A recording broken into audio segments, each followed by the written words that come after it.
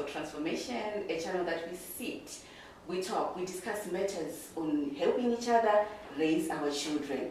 And today I am in South Africa, Johannesburg, and our topic today is on finance. Hi Tari. Hi Chichi, how are you? Good, thank you. So I am sitting today with my friend Tari Wemari. Let's hear from her. Tell us about yourself, Tari Wemari. Who is Tari Wemari? Okay, I was born on my birth certificate. There's a name called Talent Tarsai Manyonga.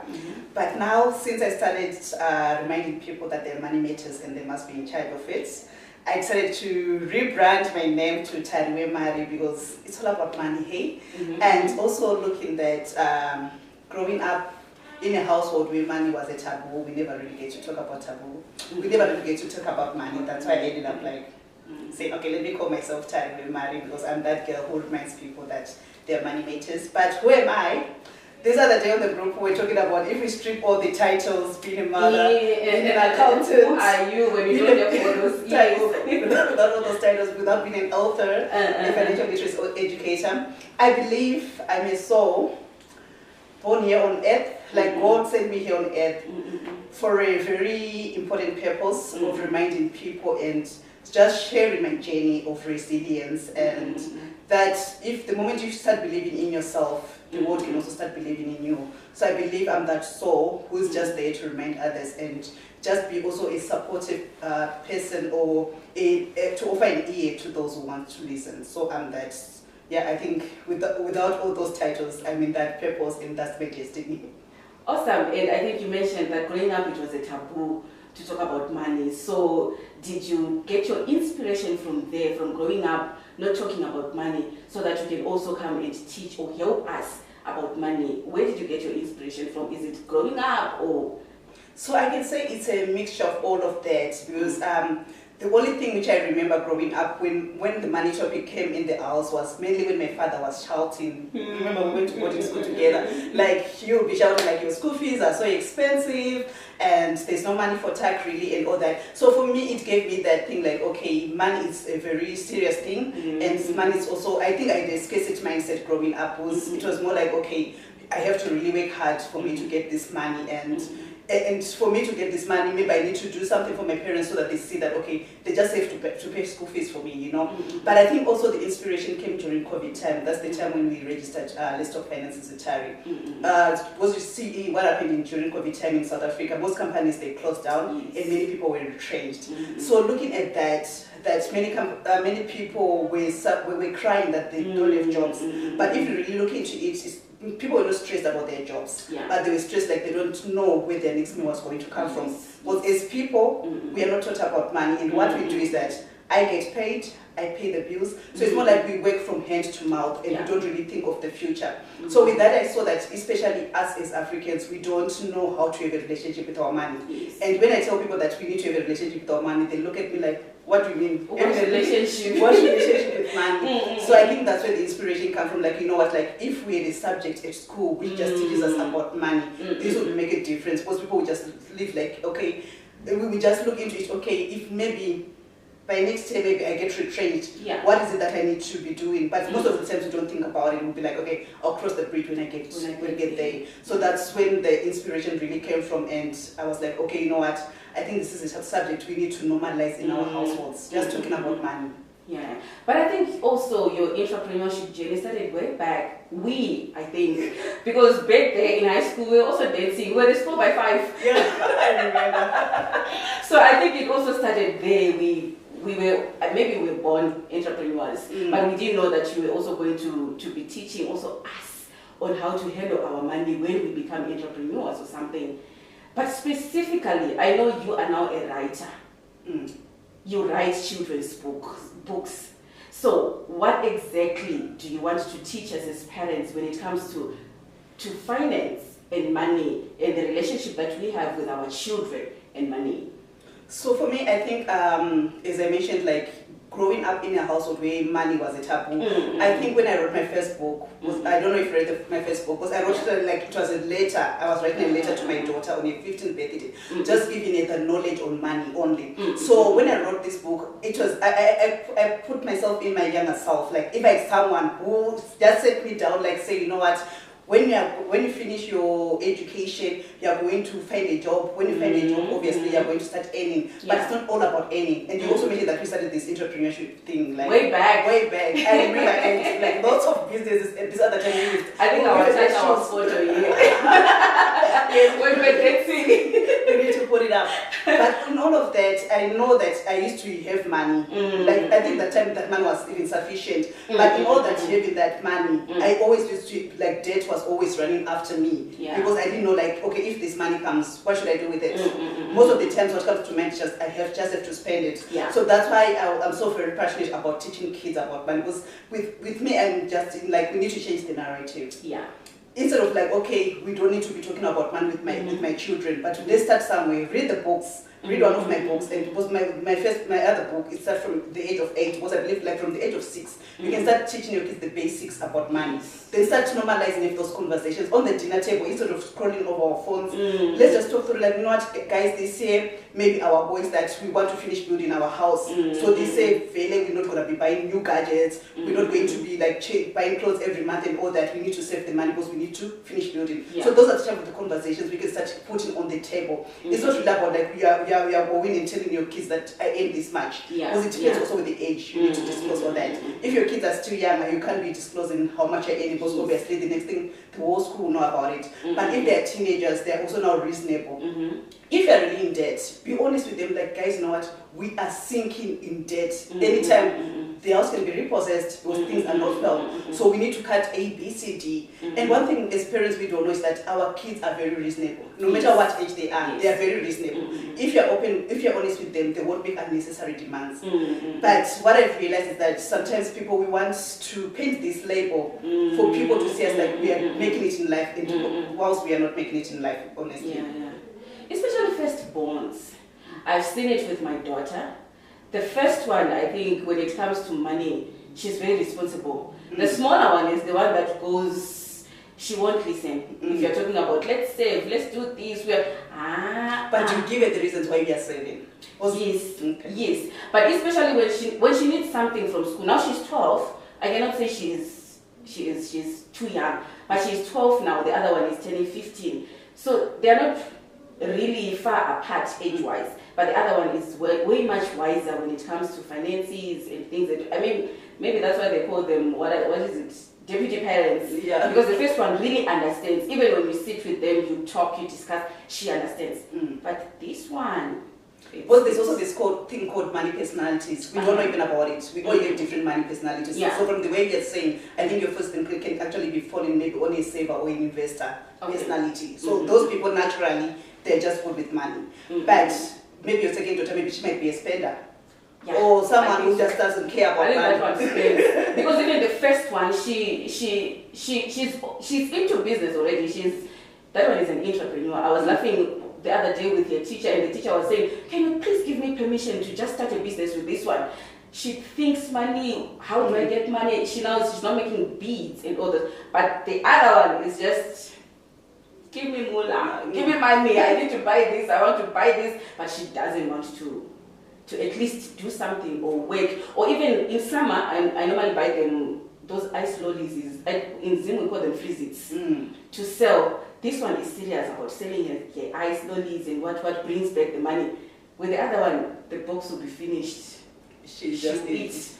So maybe I think because now also the thing also we do as parents, we compare our children, but our children are not going to be the same. They are not the same. Even if I look at my siblings, we are not all the same. Obviously we're born with the same mother, same father, but we are not the same. So I think instead of comparing them, like find strategies which works with both of them separately, Yeah. not comparing them. So maybe, for example, the ice lolly business, when you buy it, you know this first one, she's responsible, she buys. So maybe you ask them, like, okay, I want you to come up with goals. Like after you finish selling your freezes, what is it that you want to do with your money at the end of the day? Yeah. So give them like to own that business. Like it has to be theirs, and they have to come up with their end of goal plan. What is it that they want to see or visualize it? Like what is it that they want to see at the end of it? Okay. I think maybe having that instead of comparing them, maybe this one will be like, okay, at the end of the day, maybe there's a holiday I want to go to, so maybe I want to save this much money, and maybe if I go to my parents, they can add more money, then I can actually have this holiday I want.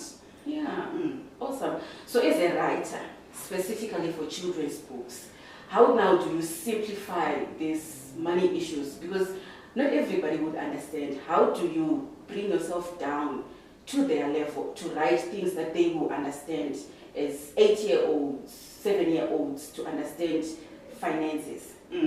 So, lucky enough, my second book, when I wrote it, my daughter, I think she was 7 years that time.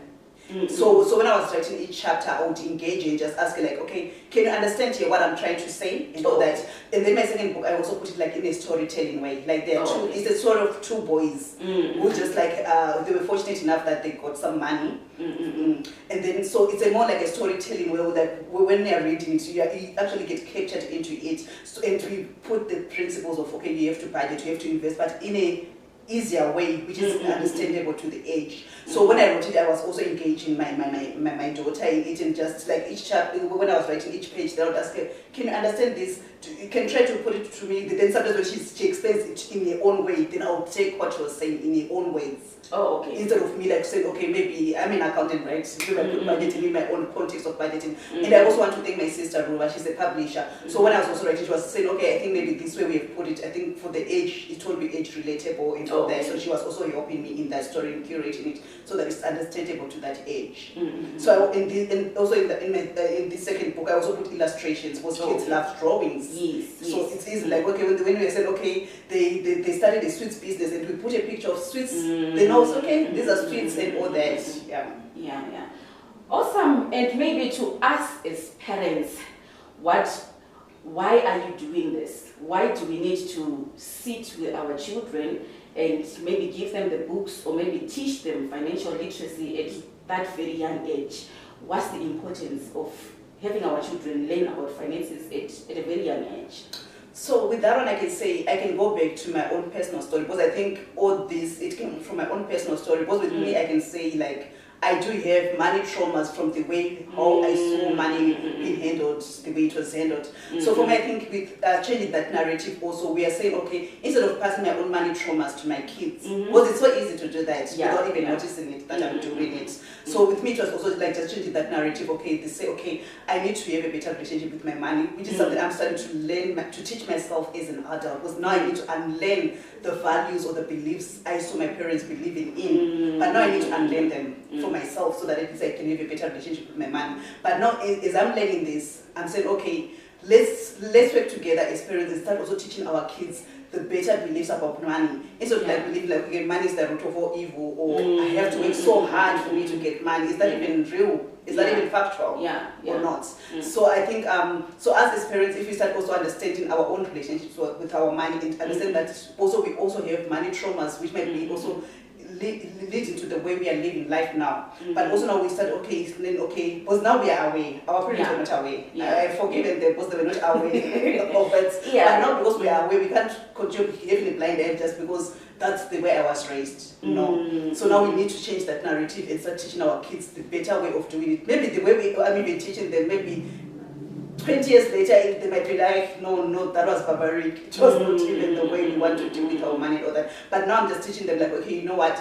In as much as I'm working so hard for you guys, whatever I'm working for, it's for you guys. But I don't want you to be like trust fund kids who are spoiled and all that, or whatever I'm working for. The moment I pass away, then you just finish everything like it was never there. So I just want them to understand that the basics about money, that you need to have a relationship with money. And in as much as you have money today, also think about your tomorrow, because we don't know what tomorrow will be like. Also, as parents, how do you think, how best can we use these books effectively to help our children? What advice would you give to us as parents? So with me, one thing which I always admire about white parenting is that, we also see it in movies, that they do bedtime stories. So it's something which I've also started doing in my household. So the first books we started reading in my household, and every year we repeat these books. Okay. Actually, I'm the author of them. We repeat them. Yeah. So bedtime stories, we go through the stories, and when we go, I read maybe 2 pages or 3 pages on them. Then so this is what I do in my household.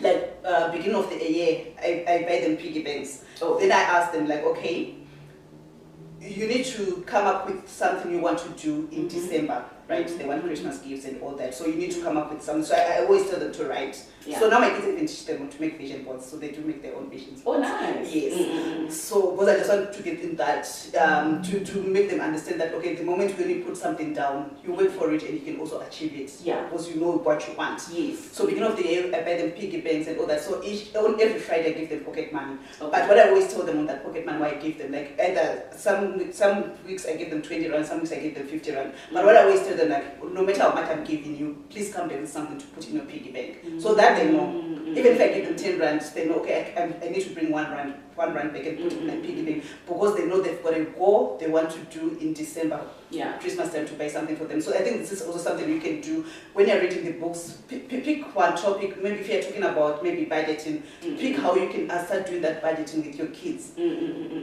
So maybe I always say, like, the saving part is easy because we all have piggy banks. Make them buy piggy banks, but with your teenagers, and then when they're at age when they can open bank accounts, open accounts for them. Then make them be responsible.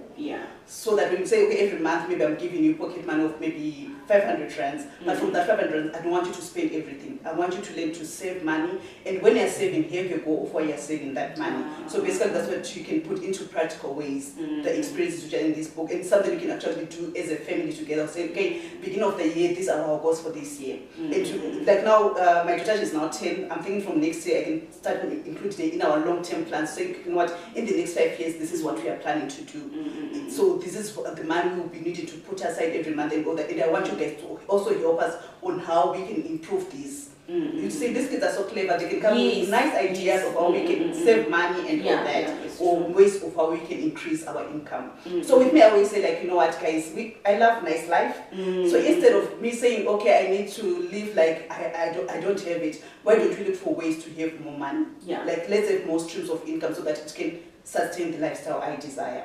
Okay, awesome. So there is no like specific age that we need to start when we're talking about these money issues. Can we start from any age, anyhow, or?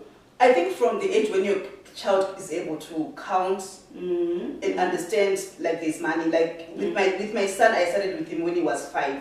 So what I used to do, I used to have these charts of coins, like this is a 5 rand coin, then I would show him this is a 5 rand coin. So what can you do with a 5 rand coin? Okay, with a 5 rand coin you can buy sweets. But with those sweets, how many sweets can you buy? So we also like teaching them how to do math as well. So I think from age 5, honestly, you can start teaching about, we can start talking about money, but it just has to be age relatable. Then with my daughter, I think from when she was 7, that's when I started introducing it to say, okay, I'm gonna give you pocket money, and when I give you that money, please come back with change. Then I told you what is change. I think it took, I also wrote, there's a paragraph, I think on chapter 3 or so in my book, where I wrote about that. It's like, I think it took about a whole term where she didn't bring change, which was like, no, when I gave the tax shop lady, she didn't give me the change. Then second term, she came running. She was like, Mama, today I came with change, and she came with 20 cents, but I was so excited that she's not understanding. Like, okay, when I go to the tax shop lady, I tell her that, you know what, I want 3 sweets, and plus, please give me back my change, because I calculated that 3 sweets, they cost this much, and I'm going to have change of this much. So it's also like, we're also teaching the maths in a nicer way. It's true. So maybe can you take us through your books, or any one of them, like what topics have you covered in these books? So the What School Never Taught My Daughter, this one, I wrote it in a letter where I did mention about that earlier. Because I was writing a letter to my daughter when she was 15. She's still not even 15, but in future. So the topics I covered, the first chapters, I think I covered about your values and beliefs. Because when we grow up with our values where we take from the community we are raised, from the household we are raised. Like with myself, I had the values and beliefs of how my parents handled money. And some of those values for me, I think when I look at them, they were so toxic. to the way I was reacting to my money. So that's what I write about, that you need to understand your values and beliefs. Then the second chapter I was talking about, okay, once you understand those values and beliefs, you need to know, okay, some of them they're not even yours. So now you need to start rewriting your own money memory lane. I think the chapter is rewrite your own money memory lane. You need to start like rewriting your own story about your own money. Put your own values, put your own beliefs around money. Then when you do that, then we go to talk about budgeting. We go to talk about how you can start making money as a teenager without even having capital. Like we say, like this generation, they are so blessed because there's so much things they can do on the internet. Instead of them scrolling, stressing themselves about other people's lives, they can start making money. If you're good with singing, why don't you start your TikTok page, do the singing and start earning money? We see many people, they're making money on YouTube. So I teach them about that. I write a chapter about that, of all the things they can do online for free. So long for data and phone. And most parents, we are spoiling our kids with phones and data, and are they using them the right way? Then the last chapter I talk about, okay, when you're making that money, what do you do with that money? Now being responsible, like good debt management. I also talk about investing for your future. We talk about investing and all that. So basically those are the chapters in the book. Then the second book is basically all these topics I've been talking about, like budgeting, saving, investing, debt management. But now I simplified it in an easier way for the younger kids to understand. Alright, so what would you advise as parents? What would you say are maybe the 3 simple habits that we can take as parents and also teach our children when it comes to money and finance? Okay, the 3 simple habits, okay, I've got a lot of them which came to my mind. But anyway, let's simplify it to 3. The first one, I think, just understanding your relationship with money. I think it's very important to write down and question yourself, what is my relationship with money? And once you understand that relationship with money, secondly, you go to understand your values. Because many people will live without even knowing our values. Because with the way social media is so now, it's very easy to live other people's values. So the moment when you understand your values, you go to your bank statement, check your bank statement, where your money is going, is that what you're saying that you value? So I can say, like, from a mindset perspective, I always say, whatever we do with our money, it starts in our minds. So the moment when you don't change your mindset, even if you are going to be talking about budgeting, saving, investing, when you don't understand your relationship, you don't understand your values, you don't even question yourself, looking at your bank statement, like where my money is going, is it really what I value? Like I always say, like the budgeting, saving and all that, those are more like on a wound, we are just scraping on the top only. But we need to go into the surface level of just understanding and asking yourself those important questions. And the moment when you understand those important questions, and when you understand your own values, it can also make it easier for you when you make decisions. So is there any fun way, okay, apart from, we all know about piggy banks, that's what we know as parents, but are there any other fun ways that we can start introducing money matters with our children or to our children, apart maybe from the piggy banks that we all know? Do we have any other fun ways that we can use to introduce? Yeah, you did mention that your daughter, she's entrepreneur, she has an entrepreneurial mindset. Why don't you like ask her, like, okay, to come up with a business, maybe over the holidays, like with my kids now, I'm teaching them how to make jelly babies. We're still trying to perfect the idea, but the whole idea is like, okay, when we are perfect with making those jelly babies, they can start selling them like to the community we live in, but it's something they can only do on holidays because we also don't want to distract them from their studies as well. So I think it's more like learning how to make lemonade. And do it together, maybe when there's a family gathering, you go, she makes a stand of lemonade, she starts selling to the community, or even on Sundays at church, it's something to do. So it's also those fun ways. If you love baking, why can't you involve your kids in baking? But ask them if they're interested in it, because sometimes we want to impose what we love to our kids. Parents, we impose it. So ask them. So with me, I was like, okay guys, I got this recipe of jelly babies, would you want us to try? They were like, oh yes, instead of us making jelly babies, we can make our own jelly babies. So but the whole idea is like once we perfect the idea, they maybe on Sundays we can pick them, we can sell exchange and all that.